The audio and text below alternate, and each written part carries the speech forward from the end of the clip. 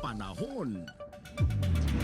Mga kakibat, muli po magpapalamig ang Northeast Monsoon o amihan lalo na sa ilagang bahagi ng Luzon habang patuloy naman na umiiral ang easterlies o mainit at malinsangang hangin sa silangang bahagi ng ating bansa. Ayon sa pag-asa, hindi na tulad ng mga nakaraang buwan ang lamig na mga dala ng amihan.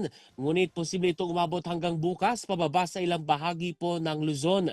Sa Batanes at Babuyan Islands, asahan na maulap hanggang sa bahagyang maulap na papawirin na may isolated light rains. Sa Metro Manila at nalalabing bahagi po ng Luzon, asahan ang maaliwalas na panahon na may posibilidad pa rin ng mga isolated rain showers at localized thunderstorms, lalo na po sa hapon at sa gabi. Sa Palawan naman, Visayas at Mindanao, asahan naman ang maaliwalas at mainit na panahon dulot pa rin ng easterlies, habang may posibilidad naman ng localized thunderstorm sa silangang bahagi ng Mindanao.